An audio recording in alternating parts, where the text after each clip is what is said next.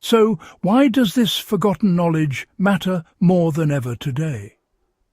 Well, in a world where climate challenges keep growing and cities are struggling to adapt, it's honestly kind of surprising how often we overlook solutions that have already been tried and tested.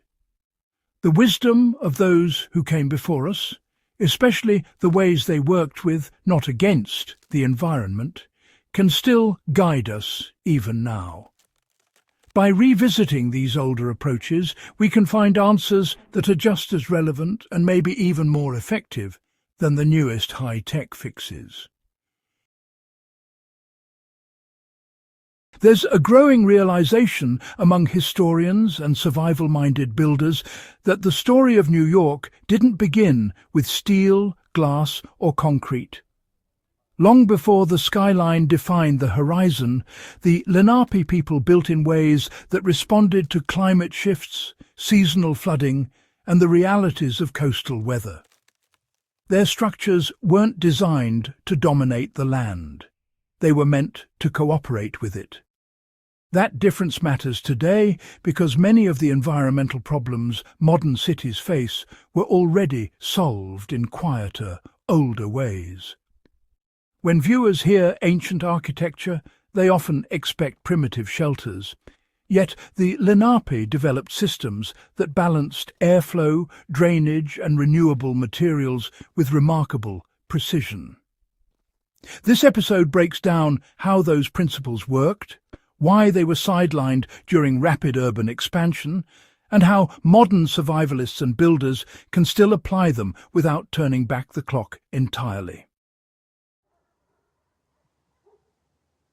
Lenape structures, particularly wigwams and longhouse-style dwellings used in the broader region, were shaped around seasonal cycles. Materials like bark panels and flexible saplings allowed walls to expand or contract depending on humidity and temperature. Rather than sealing structures airtight, small gaps allowed controlled airflow, reducing moisture buildup and preventing mold. Builders today can apply this principle by thinking in layers rather than rigid shells. Using breathable wall systems, adjustable vents, or even removable seasonal insulation panels recreates the same adaptability. A cabin owner, for example, could install adjustable wooden louvers that open slightly during humid summers and close during freezing winds, reducing dependence on mechanical ventilation. The Lenape selected materials based on what the landscape renewed naturally. Birch bark, cedar and woven reeds were chosen not only for availability but for performance in wet coastal climates. These materials shed rain quickly and dried fast, preventing rot. Modern equivalents might include untreated cedar siding, clay-based plasters, or reclaimed timber that ages naturally rather than relying on synthetic coatings. A practical application involves designing rain runoff systems that mimic forest floors. Instead of forcing water into sealed drains, permeable gravel paths or rain gardens allow water to soak into soil, reducing flooding risks, a technique especially relevant to areas prone to storm surges. Many Lenape settlements were built with soft ground surfaces that absorbed water, preventing pooling during heavy rains. Paths made of compacted earth or organic layers allowed water to filter through instead of creating runoff. Translating this into modern practice can be as simple as replacing sections of concrete with permeable pavers or gravel channels. Natural ventilation also played a central role. Smoke holes, adjustable door coverings, and orientation toward prevailing winds kept interiors comfortable without mechanical cooling. A survivalist building a small off-grid shelter today could position windows opposite each other to create cross breezes, reducing heat buildup and lowering energy needs. When European settlers transformed Manhattan into a commercial hub, speed and profit outweighed environmental balance. Grid planning ignored natural waterways, wetlands were filled, and buildings became heavier and more rigid.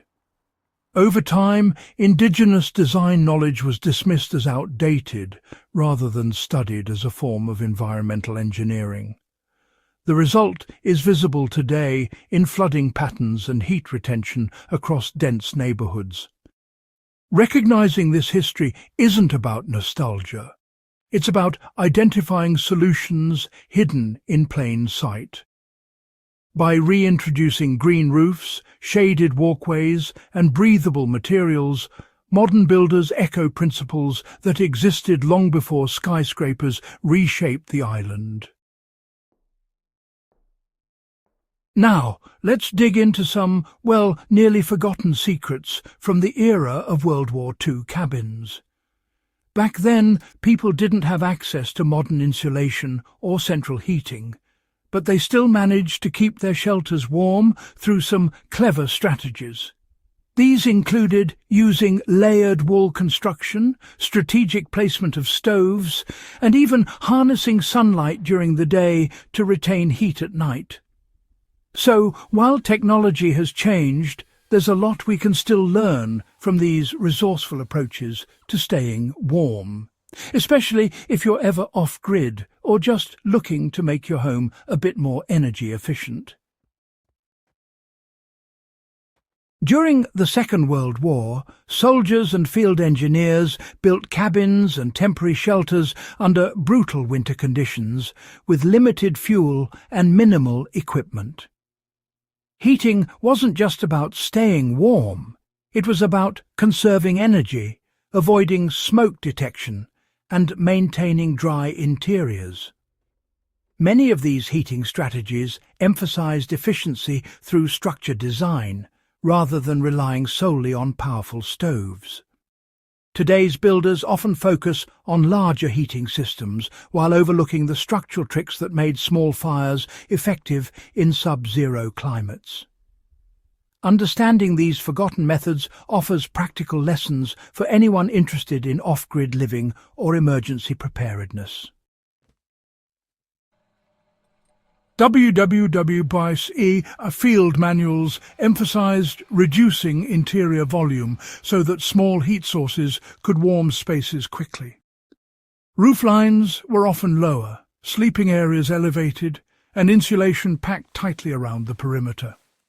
Modern cabins sometimes chase open-concept layouts that bleed warmth upward, forcing heaters to work harder. A practical step for modern builders is to create a designated warm core inside a larger cabin, using curtains or sliding partitions to isolate the area being heated at night. Even adding a raised wooden sleeping platform can keep occupants above cold air, pooling near the floor. Soldiers frequently used layered insulation, blankets, straw, pine boughs or soil berms to trap heat and block wind. These materials created pockets of still air, which is honestly one of the most effective insulators out there. Today, people often rely solely on rigid foam or fiberglass while ignoring exterior windbreaks.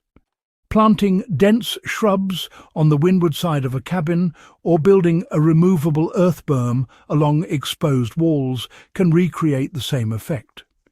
These additions reduce heat loss before it reaches the structural wall, lowering fuel consumption.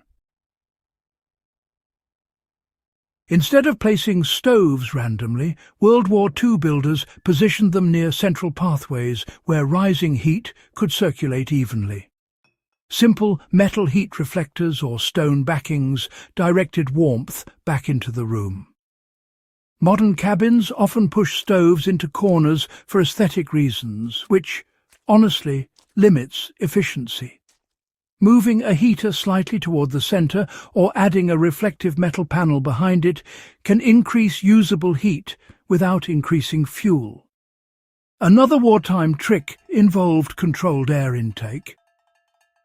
limiting fresh air entering from below, while allowing smoke to exit efficiently through a well-sealed flue. Post-war building trends favoured convenience, standardised materials and large heating systems powered by abundant energy sources. As fuel became cheaper, structural efficiency mattered less, and many wartime innovations faded into obscurity. Today's energy costs and environmental concerns are bringing those ideas back into focus. Builders rediscover that smaller heated zones, natural insulation layers and airflow management reduce dependence on electricity or gas. Survivalists can apply this by testing heat retention with simple adjustments such as sealing floor gaps, adding thick curtains near entryways, or installing removable storm panels during winter. Both Lenape architecture and World War II cabin heating reveal a shared lesson. Resilience comes from working with environment and structure together rather than relying on technology alone. These approaches weren't accidental. They were refined through observation, necessity, and adaptation.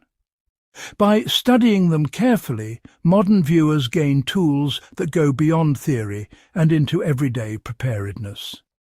If this deep dive helped you see old knowledge in a new light, subscribe to the channel, share this video with fellow history enthusiasts and keep the conversation alive.